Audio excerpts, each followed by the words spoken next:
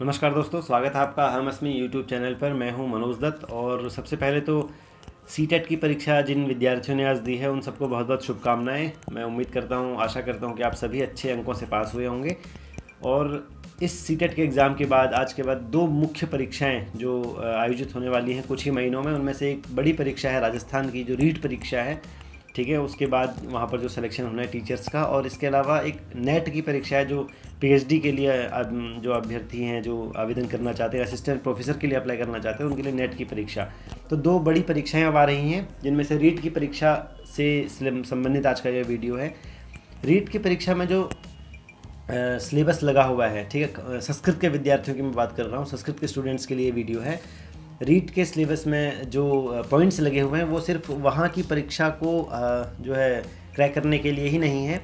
आप यदि किसी स्कूल में इंटरव्यू देते हैं या कहीं पर प्राइवेट जो है संस्थानों में इंटरव्यू के लिए जाते हैं, तो वहाँ पर भी जो सिलेबस में ये पॉइंट्स लगे हुए हैं रीट के, वही पॉइंट्स वहाँ पर पूछे जाते हैं, उन्हीं से संबंधित प्रश्न वहाँ पर होते हैं। तो रीट के सिलेबस को अच्छी तरह से जानना सिर्फ उस परीक्षा को पास करने से संबंधित ही नहीं है, बल्कि बहुत सारी ऐसी जानकारियाँ जुटाने से संबंधित भी है, जो कि संस्कृत विषय से संबंधित कई सारे इंटरव्यूज़ में भी पूछे जा सकते हैं।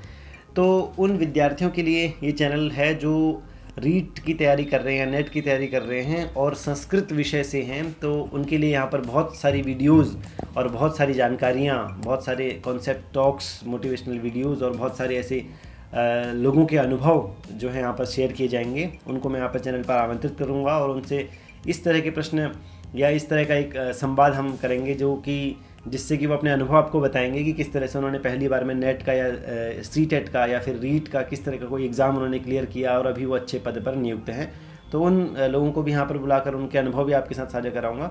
आज के इस वीडियो में हम सिर्फ रीट के जो सिलेबस है, रीट का जो सिलेबस है और संस्कृत विषय का सिलेबस जो है, जो कि लेवल 1 और लेवल 2 में लैंग्वेज 1, लैंग्वेज 2 और लेवल 2 का जो लैंग्वेज 1 और लैंग्वेज 2 है, उन चारों प्रकार के सिलेबस का, मतलब लेवल 1 का जो 2 प्रकार का सिलेबस है, लैंग्वेज 1 और लैंग्वेज 2, और लेवल 2 का जो सिलेबस है, लैंग्वेज 1 और लैंग्वेज 2, उन चारों सिलेबस को यहाँ पर डिस्कस किया जाएगा अच्छी तरह से। और चलिए हम डिस्कशन करते हैं उसके विषय में, उसके पॉइंट्स को जानते हैं। और ये आप तय मानकर चलिए कि इन सभी पॉइंट्स को अच्छी तरह से जो है यहाँ पर समझाया जाएगा और इनसे संबंधित प्रश्नों को हल करवाया जाएगा। और पूरा प्रयास ये रहेगा कि आपका एक भी प्रश्न जो है लैंग्वेज 1 और लैंग्वेज 2 से छूटे नहीं। 30 के 30 प्रश्नों को आप हल करेंगे और निश्चित रूप से आप इसको हल करेंगे। मेरा पूरा विश्वास है कि अगर इस वीडियो से आप जुड़े रहे, इस चैनल से आप जुड़े रहे और इन वीडियोस को आपने अच्छी तरह से देखा, तो निश्चित रूप से मेरा विश्वास है कि आप सभी प्रश्नों को अच्छी तरह से हल कर पाएंगे, क्योंकि यहाँ पर मैं आपको ट्रिक्स बताने वाला हूँ। अब हम जो विस्तृत रूप से जैसे संधियाँ में बता चुका हूँ, तो अब हम ये यहाँ पर समझेंगे कि एक बार में ही शब्द को देखने पर आप कैसे संधियों को एकदम से जान देंगे कि इसमें ये संधि है, और बिना देखे, मतलब चारों ऑप्शंस में से आपकी नज़र उसी ऑप्शन पर पड़ेगी जो उसका सही आंसर है, क्योंकि आप उसको अच्छी तरह से समझ चुके होंगे। ट्रिक्स में यहाँ पर आपको बताऊँ कैसे आपको एक बार में ही समझ जाना है कि इस प्रश्न का आंसर क्या हो सकता है। या पद्यांश से संबंधित प्रश्न आते हैं तो कैसे फटाफट आपको अन्वय कर लेना है, कैसे इस श्लोक का अर्थ निकाल देना है किसी भी श्लोक का, तो इसके विषय में आप अच्छी तरह से यहाँ पर जानेंगे।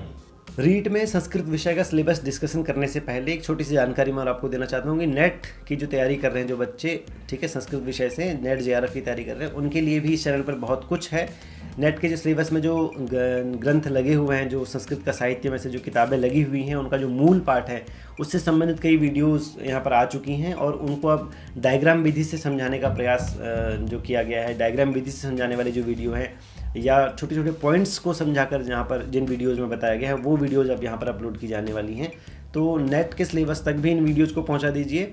और रीट और आने वाली इस तरह के संस्कृत के किसी भी एग्ज़ाम से, संस्कृत के किसी भी तरह के जो संबंधित जो परीक्षा है, उन परीक्षाओं से संबंधित जो सिलेबस है उसको यहाँ पर अच्छी तरह से बताया जाएगा, चाहे वो यूकेपीएससी का है या यूपी में जो एलटी में और जो प्रवक्ता के तौर पर जो नियुक्तियाँ आई हैं उनमें जो सिलेबस लगा है, तो उन सभी चीज़ों को, उन सभी पॉइंट्स को, उन सिलेबस में आए हुए सभी बिंदुओं को यहाँ पर अच्छी तरह से बताया जाएगा, समझाया जाएगा। तो जुड़े रहिए हमारे चैनल के साथ। चलिए रीट का सिलेबस जो है उसका डिस्कशन करते हैं कि कौन कौन से पॉइंट्स उसमें हैं और किस तरह से हमें उसको समझना है। तो ये जो है लेवल 1 का सिलेबस है, ठीक है, स्तर कक्षा 1 से लेकर 5 तक इसका सिलेबस है। और सिलेबस लगभग सेम ही है, कक्षा 1 से लेकर 5 तक जो लेवल 1 है और इसकी जो भाषा 1 है, भाषा प्रथमा भाषा जो है इसका, और भाषा द्वितीया जो है जो भी संस्कृत में अगर आप भाषा 2 में, लैंग्वेज 2 में अगर आप संस्कृत लेते हैं या लैंग्वेज 1 में संस्कृत लेते हैं तो सिलेबस जो है वो लगभग सेम है। कुछ 1-2 पॉइंट्स अलग हैं, उनके बारे में हम डिस्कस कर लेंगे। लेवल 1 और लेवल 2 का सिलेबस भी लगभग सेम है। चारों को एक बार मैं आपको यहाँ पर दिखा दूंगा। चारों सिलेबस जो है मतलब कि लेवल 1 कक्षा 1 से लेकर 5 तक की भाषा 1 और भाषा 2, और लेवल 2 कक्षा 6 से लेकर 8 तक की भाषा 1 और भाषा 2। चारों जो सिलेबस हैं वो अच्छी तरह से मैं यहाँ पे आपके साथ डिस्कस कर लूँगा यहाँ पर अभी, और समझ लेंगे कौन कौन से पॉइंट्स डिफरेंट है और कैसे हमें उन्हें तैयार करना है। ठीक है, तो चलिए पहले इस पर डिस्कस करते हैं। इसमें सबसे पहले तो ये कह रहे हैं कि एक अपठित गद्यांश आएगा, ठीक है, जो कि होता ही है शुरुआत में। एक अपठित गद्यांश और उस पर आधारित जो होंगे वो प्रश्न व्याकरण संबंधी होंगे। और वो प्रश्न कैसे हो सकते हैं? व्याकरण संबंधी का मतलब शब्द रूप आ सकते हैं, धातु रूप हो सकते हैं, कारक से और विभक्ति के नियमों से संबंधित प्रश्न हो सकते हैं। ठीक है, कारक जो है 6 हैं संस्कृत में, विभक्तियाँ 2 प्रकार की हैं, उपपद विभक्ति और कारक विभक्ति, इस तरह से। तो इनसे इनके नियमों संबंधी प्रश्न हो सकते हैं। उदाहरण देंगे और बोलेंगे कौन सा कारक इसमें है, किस सूत्र से हुआ है। तो इस तरह के प्रश्न यहाँ से आ सकते हैं। उपसर्ग और प्रत्यय से संबंधित प्रश्न हो सकते हैं कि इस शब्द में कौन सा उपसर्ग है या इस शब्द में कौन सा प्रत्यय है, किस प्रत्यय से बनकर ये जो है शब्द निष्पन्न हुआ है, या फिर इन 4 शब्दों में से त्वा प्रत्यय वाला जो शब्द है उसको चुनिए या ल्यप प्रत्यय वाला कोई शब्द उसको चुनिए। इस तरह से प्रश्न जो है कारक जो है उपसर्ग और प्रत्यय में से बनते हैं। उसके बाद हम संधि को भी डिस्कस करेंगे। यहाँ पर संधि जो है इस चैनल पर पढ़ा दी गई हैं। एक बार आप प्लेलिस्ट में जाकर देखेंगे तो वहाँ पर आपको संधि से संबंधित सभी वीडियोज़ मिल जाएंगे, लेकिन फिर एक बार हम अच्छी तरह से इसको डिस्कस कर लेंगे, जिसमें हम ट्रिक समझेंगे कि किस संधि को आप ट्रिक से जो है एकदम पहचान सकते हैं कि संधि को आपने शब्द देखा और देखते ही पहचान गए कि इसमें ये संधि है। इस तरह से जो है ट्रिक्स आपको यहाँ पर बताई जाएंगी। उसके बाद समास से संबंधित प्रश्न हो सकते हैं। ठीक है, समास जो है बड़े दीर्घ पद अनेक शब्दों को मिलकर एक शब्द जब बन जाता है तो उसको समास कहते हैं। समसनम समास है इसकी परिभाषा है। और समास से संबंधित प्रश्न भी आ जाते हैं। और समास में भी कई प्रकार की कन्फ्यूजन्स होती हैं। ठीक है, जैसे अव्ययी भाव समास में और बहुब्रीहि समास में कुछ कन्फ्यूजन्स होती हैं स्टूडेंट्स को, तो वो सभी तत्पुरुष समास में कुछ कन्फ्यूजन्स होती हैं। तो वो सभी जो है समासों को यहाँ पर अच्छी तरह से डिस्कस किया जाएगा लघु सिद्धांत कौमुदी के आधार पर और वैयाकरण सिद्धांत कौमुदी के आधार पर। जो भी समास प्रकरण है उसको मैं यहाँ पर अच्छी तरह से डिस्कस करूँगा और कोशिश करेंगे कि अष्टाध्यायी में जो समास प्रकरण है पाणिनि अष्टाध्यायी में, उसको यदि हम समझ लेते हैं तो फिर समास चाहे लघु सिद्धांत से हो चाहे कहीं से भी हो, फिर कोई मतलब नहीं बनता, क्योंकि वही जो है मूल है सभी प्रकार के व्याकरण के नियमों का। पाणिनि अष्टाध्यायी जो है वहाँ से सूत्रों को लेकर के उन पर डिस्कस कर लेंगे। उसके बाद सर्वनाम है और विशेषण का ज्ञान है। सर्वनाम जो है ये संज्ञा के स्थान पर जो शब्द प्रयोग किए जाते हैं, सह तौते, इस तरह से जो शब्द हैं, अस्मत् शब्द, युष्मत् शब्द, ये सब सर्वनाम में प्रयोग किए जाते हैं। और सर्वनाम जो है बहुत सारे लगभग 33-34 सर्वनाम हैं लघु सिद्धांत कौमुदी में, उनका वर्णन किया गया है सर्वादीनी सर्वनामानी के अंतर्गत जो आते हैं। तो इस तरह से उस पर हम डिस्कस कर लेंगे अच्छी तरह से। उसके बाद विशेषण, विशेष्य का ज्ञान है। ठीक है, ये हम समझेंगे कि विशेषण और विशेष्य के कुछ क्या नियम है, समान विभक्तियाँ होती हैं उनमें। ठीक है, तो इसको हम समझेंगे। संख्या ज्ञान है, संख्याओं में किस तरह के प्रश्न आते हैं कि लिंग संबंधी प्रश्न आ जाते हैं कि जैसे एक है और एकम और एका, तो एक जो संख्या है उसके तीनों लिंग हैं, तीनों लिंगों में रूप चलते हैं। तो किस तरह से हम उसको भी समझेंगे, ट्रिक समझेंगे कि किस तरह से आप संख्या ज्ञान जो है आप उनका प्रयोग कर सकें लिंग के आधार पर या फिर वचनों के आधार पर। ठीक है, जैसे एक वचन है तो उसका एक वचन ही होगा, उसका द्विवचन और बहुवचन नहीं होता है। द्विवचन जो होता है उसके द्विवचन में ही रूप चलते हैं, एक वचन और द्विवचन में और बहुवचन में रूप नहीं चलते हैं। ठीक है, तो इस तरह से हम इसको आगे करके चलेंगे। उसके बाद है माहेश्वर सूत्र। तो 14 माहेश्वर सूत्र हमारे पास हैं जो पाणिनि अष्टाध्यायी में अयुण से लेकर के हल तक जो एक अल प्रत्याहार बनता है उसके अंदर सभी माहेश्वर सूत्र आते हैं उसके अंतर्गत। तो उनको हम अच्छी तरह से समझेंगे। प्रत्याहार कैसे बनाए जाते हैं, माहेश्वर सूत्रों का नाम माहेश्वर सूत्र क्यों पड़ा, इस पर वीडियोज़ भी हमारी बन चुके हैं, लेकिन और अच्छी तरह से इसको अच्छी तरह से व्याख्या करके हम इसको समझेंगे ताकि कोई प्रश्न आपको यहाँ से छूटे नहीं। माहेश्वर सूत्रों को समझने के बाद अव्ययेषु प्रश्न, अव्ययों से प्रश्न आ सकते हैं। ठीक है, कि इस पद में कौन सा अव्यय है या इस वाक्य में कौन सा अव्यय है, किस अव्यय का प्रयोग यहाँ पर उचित होगा, इस तरह से रिक्त स्थान से संबंधित कुछ प्रश्न। तो अव्ययों से संबंधित प्रश्न जो होते हैं उनको हम यहाँ पर हल करने का प्रयास करेंगे और अच्छी तरह से इनको समझाया जाएगा आपको। इसके बाद एक अपठित गद्यांश इस तरह का आएगा जिसमें से राजस्थान के राजस्थान के इतिहास, वहाँ की कला, वहाँ की संस्कृति, इन आदि विषयों पर जो है वो अपठित गद्यांश जो होगा आधारित होगा। और उनमें से भी कुछ बिंदु होंगे, कुछ बिंदुओं को चयनित किया जाएगा और उन बिंदुओं से संबंधित ही प्रश्न होंगे। वो बिंदु कौन से होंगे? एक तो होगा कि रेखांकित पद उसमें दिए हों, कोई वाक्य दिया होगा, उसमें कुछ पदों को रेखांकित कर दिया होगा, उसके नीचे रेखा डाल दी होगी और अब उसमें पूछा जाएगा कि इस रेखांकित पद में कौन सी, ठीक है, क्रियापद चयन, या फिर इस वाक्य में कौन सी क्रियापद कौन सा है, इसमें इस वाक्य में क्रियापदों का चयन कीजिए। इस वाक्य में इस शब्द जो रेखांकित पद है उसमें वचन कौन सा है, उसमें लकार कौन सा है, उसका लिंग क्या है, ठीक है। इस तरह से जो प्रश्न पूछे जाएंगे आपसे, जैसे कि बालकः विद्यालयं गच्छति में विद्यालय के नीचे जो है अंडरलाइन कर देंगे और बोलेंगे इसमें कौन सा लिंग है, कौन सी विभक्ति है, कौन सा वचन है। इस तरह के प्रश्न वहाँ से पूछे जाएंगे। या गच्छति जो होगा उसको उसमें कौन सा लकार है, कौन सा पुरुष है, ठीक है, कौन सा वचन है, इस तरह से प्रश्न, कौन सी धातु है, इस तरह के प्रश्न जो वहाँ से पूछे जाएंगे। विलोम शब्द आपसे पूछे जाएंगे, विपरीतार्थक शब्दों को ही विलोम कहते हैं, जैसे दिन रात, ठीक है, माता पिता, इस तरह के जो शब्द होते हैं इनको विलोम शब्द कहते हैं। और विलोम शब्द की पूछा जाएगा कि ये जो शब्द दिया है, एक शब्द दे दिया जाएगा और उसमें पूछा जाएगा कि अनुच्छेद में इस अपठित गद्यांश में इस शब्द का विलोम शब्द का प्रयोग हुआ है, इस शब्द के विलोम शब्द का प्रयोग किया गया है, उसको आपको छांट कर लिखना है। तो इस तरह के प्रश्न यहाँ से बनते हैं विलोम शब्दों से।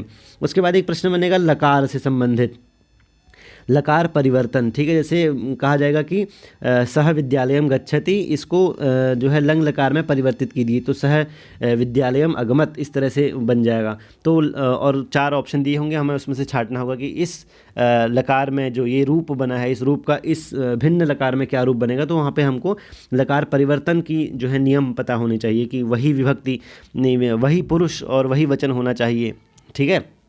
और धातु का तो ख्याल तो रखना ही है। तो इस तरह से जो उसके नियम है वो भी हम अच्छी तरह से समझेंगे। बहुत सरल प्रश्न पत्र है वैसे, लेकिन यदि आप इसको अच्छी तरह से तैयारी करके जाते हैं तो एक भी प्रश्न यहाँ से छूटेगा नहीं। लकार वैसे 10 हैं जो व्याकरण में बताए गए हैं, लेकिन जो 1 से लेकर कक्षा 8वीं तक जो संस्कृत पढ़ाई जाती है उसमें 5 ही लकारों को मुख्य रूप से पढ़ाया जाता है।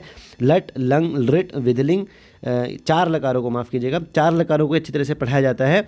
तो 4 लकारों के विषय में ही लकार परिवर्तन संबंधित प्रश्न आएंगे, तो इनको हम अच्छी तरह से सॉल्व कर लेंगे।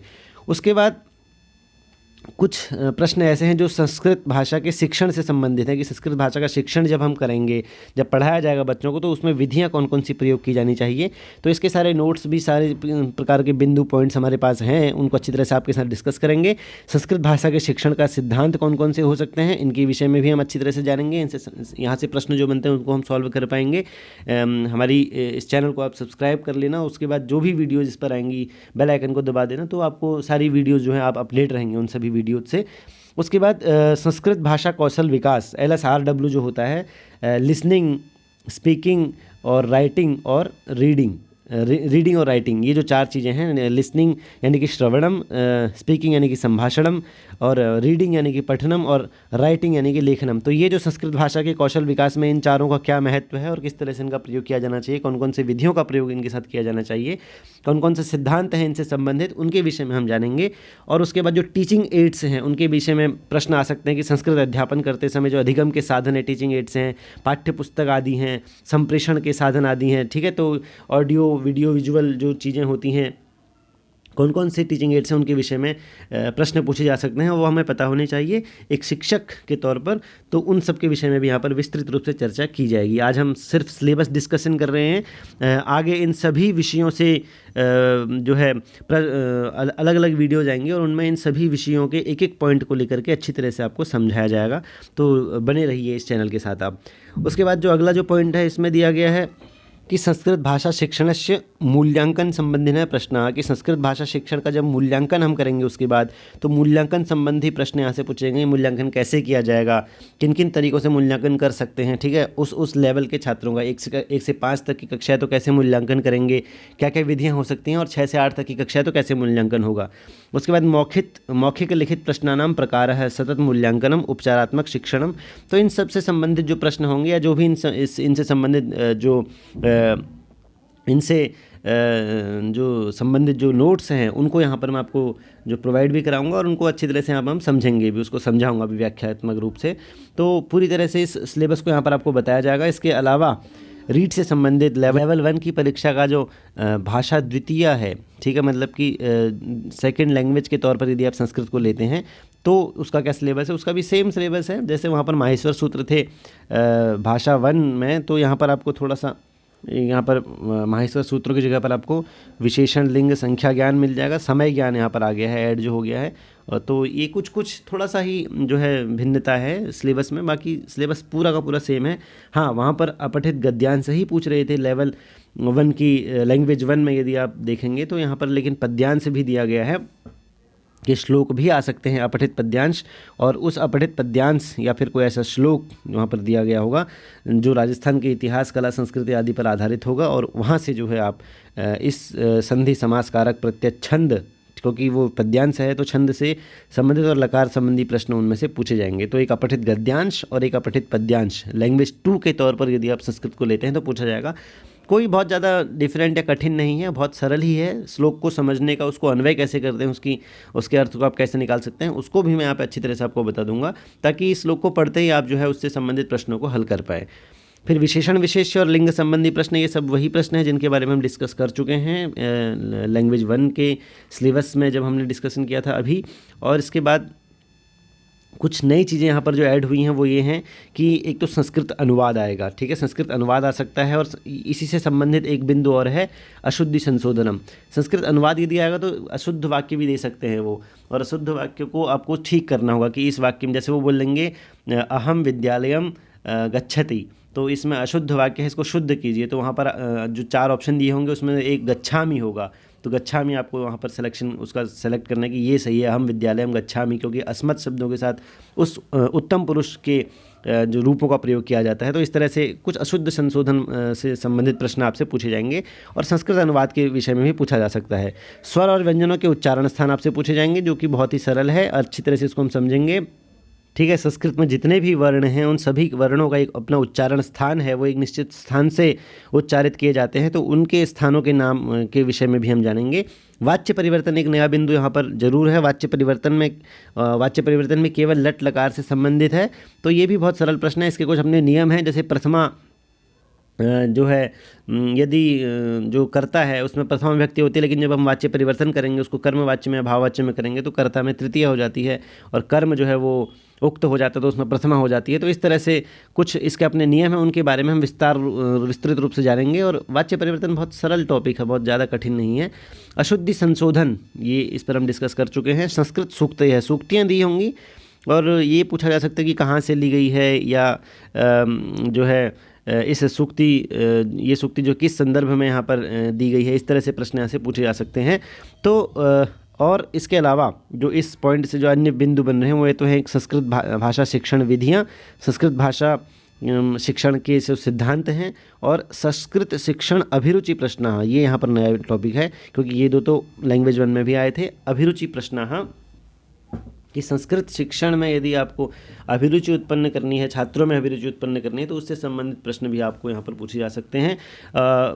इसके अलावा LSRW जो आपको बताया था, जो है लिसनिंग, स्पीकिंग, रीडिंग और राइटिंग, इससे संबंधित प्रश्न जो होंगे वो भी यहाँ पर डिस्कस किए जाएंगे। और प्रश्नों को क्या, पहले हम बिंदुओं को डिस्कस करेंगे, उसके बाद जो प्रश्न होंगे वो अपने आप ही आप सॉल्व कर पाएंगे। बहुत ही सरल हो जाता है यदि आप टॉपिक को समझ लेते हैं, किसी चीज़ के अर्थ को समझ लेते हैं, तो उससे संबंधित प्रश्नों को करना बहुत ही सरल हो जाता है, आसान हो जाता है।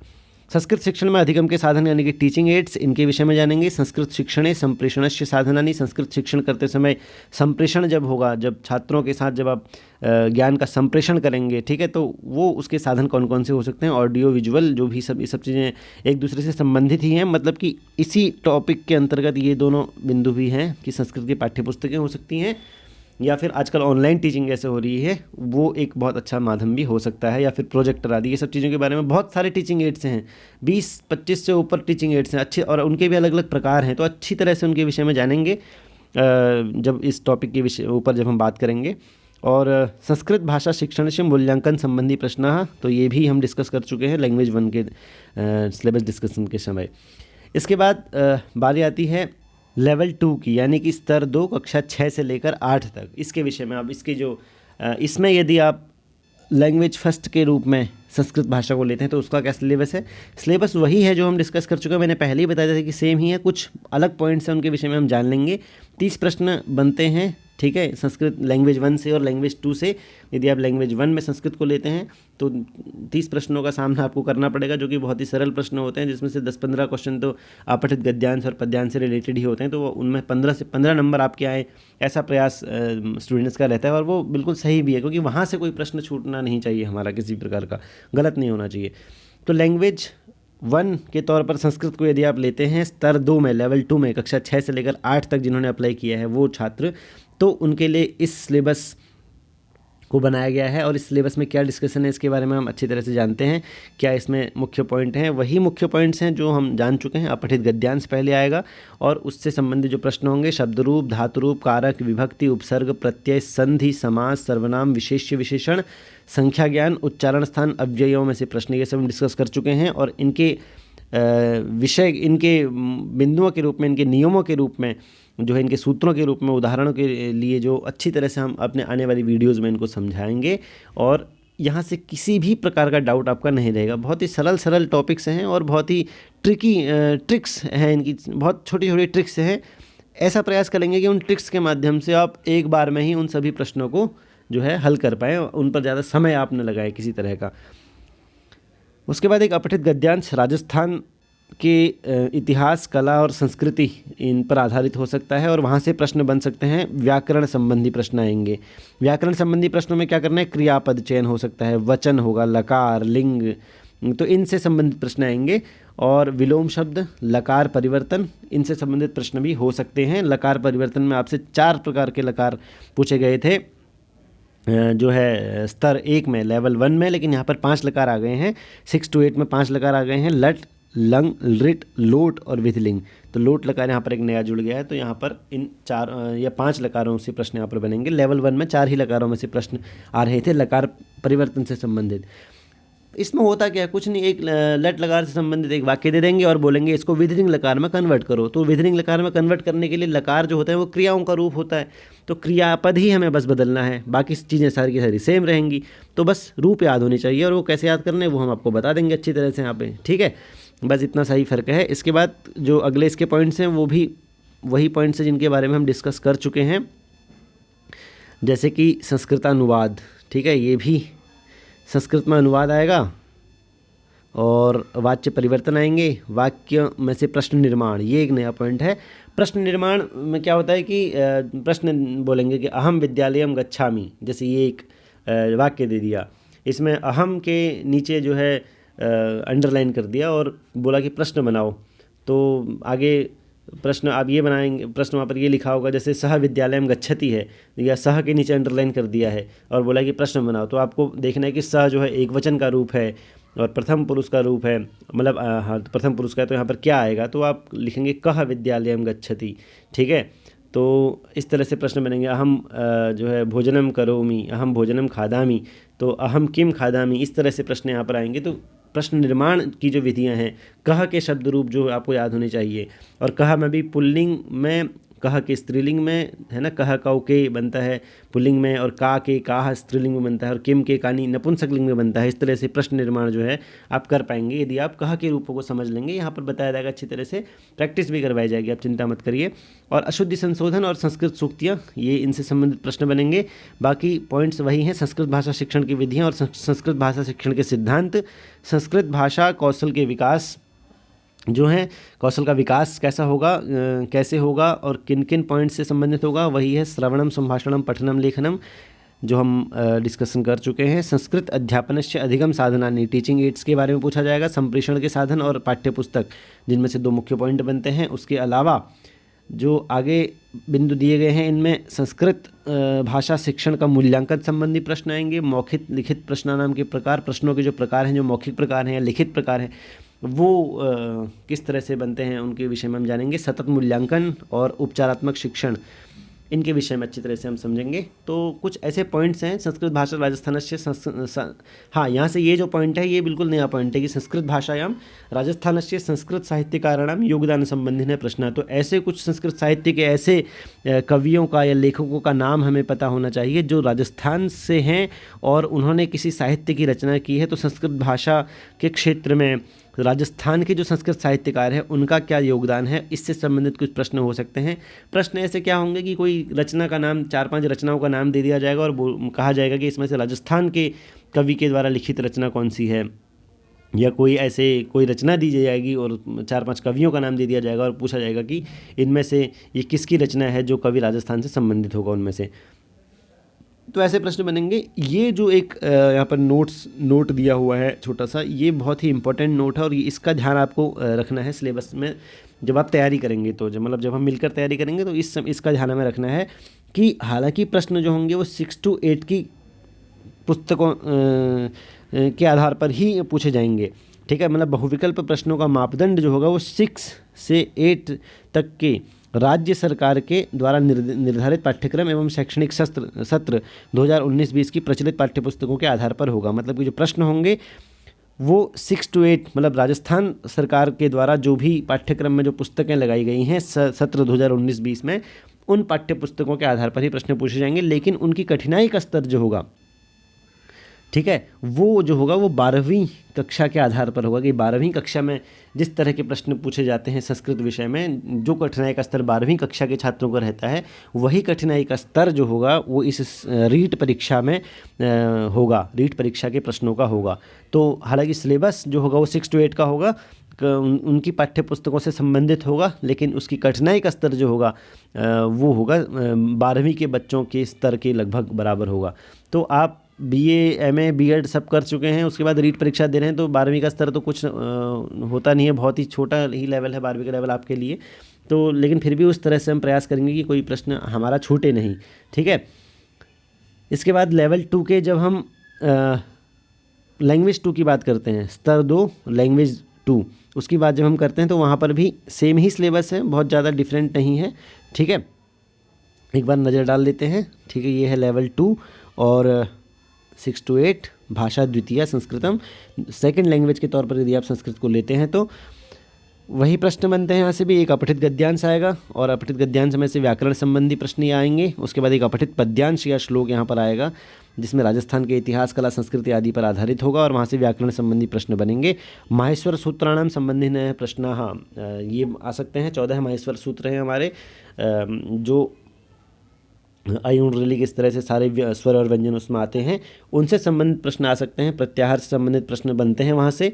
इसके अलावा संस्कृत अनुवाद, स्वर व्यंजन के उच्चारण स्थान, वाच्य परिवर्तन, अशुद्धि संशोधन और संस्कृत सूक्तियाँ, ये वही सारे पॉइंट्स हैं जिनके बारे में हम डिस्कस कर चुके हैं स्तर 1 की परीक्षा के समय। बाकी सारा सिलेबस सेम ही है, देख लीजिए। संस्कृत भाषा शिक्षण की विधियाँ, संस्कृत भाषा शिक्षण के सिद्धांत, संस्कृत भाषा शिक्षण की अभिरुचि से संबंधित प्रश्न, संस्कृत भाषा कौशल विकास में जो मुख्य बिंदु हैं श्रवण, संभाषण, पठन और लेखन, इनसे संबंधित प्रश्न, संस्कृत शिक्षण में अधिगम के साधन जो हैं और संस्कृत शिक्षण में संप्रेषण के साधन जो हैं और संस्कृत के पाठ्यपुस्तकें जो हैं, इस प्रकार से प्रश्न जो हैं टीचिंग एड से संबंधित प्रश्न आ सकते हैं। इसके अलावा संस्कृत भाषा शिक्षण के मूल्यांकन संबंधी प्रश्न यहाँ पर आएंगे कि मूल्यांकन आप कैसे करेंगे। मूल्यांकन लिखित प्रश्नानाम प्रकार है, लिखित प्रश्नों के कौन कौन से प्रकार होते हैं, है ना, जैसे कि लघु उत्तरीय प्रश्न होते हैं, दीर्घ उत्तरीय प्रश्न होते हैं, या और भी मतलब कुछ शब्दों में जो है संक्षेप में लिखें, इस तरह के जो कई तरह के प्रश्न ऐसे बनते हैं उनके बारे में हम जानेंगे। और अति लघु उत्तरीय, है ना, इस तरह से कई प्रकार के लिखित प्रश्न जो हैं बनते हैं, तो वो कैसे कैसे प्रकार हैं उनके उसी विषय में जानेंगे। सतत मूल्यांकन और उपचारात्मक शिक्षण, इसके विषय में भी हम जानेंगे। इसका भी वही नियम है, जो प्रश्नों का जो स्तर होगा वो 6 to 8 कि जो राज्य सरकार में जो सिलेबस लगा हुआ है, राज्य सरकार ने जो सिलेबस निर्धारित किया है 6 to 8 की कक्षाओं के लिए, उनसे उन पुस्तकों से संबंधित ही होगा जो होगा सिलेबस या फिर प्रश्नों का जो मापदंड होगा। और इसके अलावा जो कठिनाई का स्तर होगा वो 12वीं तक की कक्षाओं के आधार पर होगा। 12वीं कक्षा की पाठ्यपुस्तकों में जो कठिनाई का स्तर होता है वही कठिनाई का स्तर जो है इस रीट की परीक्षा के प्रश्नों का होगा। तो इस तरह से आज हमने इस पूरे जो सिलेबस को जो है हमने डिस्कस किया। रीट में आने वाले जो संस्कृत का पेपर है उसको अच्छी तरह से हमने यहाँ पर समझा, और अब मैं उम्मीद करता हूँ कि आप इस चैनल से जुड़ जाइए आप, और इस चैनल में आगे आने वाले इन सभी टॉपिक्स को अच्छी तरह से यहाँ पर विस्तृत रूप से डिस्कस किया जाएगा, और बिल्कुल भी एक भी प्रश्न आपका छूटेगा नहीं। पहली बार में ये परीक्षा आपको उत्तीर्ण करनी है, क्योंकि ऐसे मौके बार बार मिलते नहीं हैं और ऐसी परीक्षाएं भी नहीं होती हैं कि जिसमें आपको केवल रीट एग्ज़ाम क्लियर करना है, मतलब एक सीटेट की तरह कोई एग्ज़ाम हो आपको क्लियर करना है और उसके बाद आपको किसी प्रकार का कोई एंट्रेंस या इंटरव्यू नहीं देना है, सीधी भर्ती आपकी होती है। तो ये एक बहुत अच्छा मौका है, इसको आपको छोड़ना नहीं है और जुड़े रहिए हमारे चैनल के साथ, सब्सक्राइब कीजिए, इसको शेयर भी कर दीजिए। और इसके साथ साथ नेट की तैयारी अगर आप कर रहे हैं संस्कृत में, जिसका कि नोटिफिकेशन आ चुका है, उसके सिलेबस के विषय में भी हम डिस्कशन करेंगे। यदि आप एमए के स्टूडेंट्स हैं और एमए करते करते नेट निकालना चाहते हैं या फिर पीएचडी कर रहे हैं और नेट निकालना चाहते हैं, तो उनके लिए भी इस चैनल पर कई जो है वीडियोस और लगभग कई क्या सभी उस सिलेबस से संबंधित सभी वीडियोस यहाँ पर मिलेंगी और धीरे धीरे उनको यहाँ से प्रेषित भी किया जा रहा है, क्योंकि जो मूल किताबें हैं उनके बारे में ऐसे बताया जा रहा है। तो वो छात्र भी, उन छात्रों तक भी इन वीडियोज़ को पहुँचा दीजिए, ताकि वो भी आने वाली नेट या रीट परीक्षा की तैयारी जो कर रहे हैं उनके लिए ये चैनल जो है कुछ लाभदायी हो सके। तो मिलते हैं अब इन प्रश्नों से संबंधित वीडियोस में, या फिर इन सिलेबस डिस्कशन के बाद सिलेबस में जो पॉइंट्स हैं उनका डिस्कशन जब हम करेंगे, उनकी व्याख्या जब हम करेंगे, उनके विषय में जब जानेंगे, उनसे संबंधित वीडियोस में। तब तक के लिए आप अपना ध्यान रखिए। नमस्कार, धन्यवाद।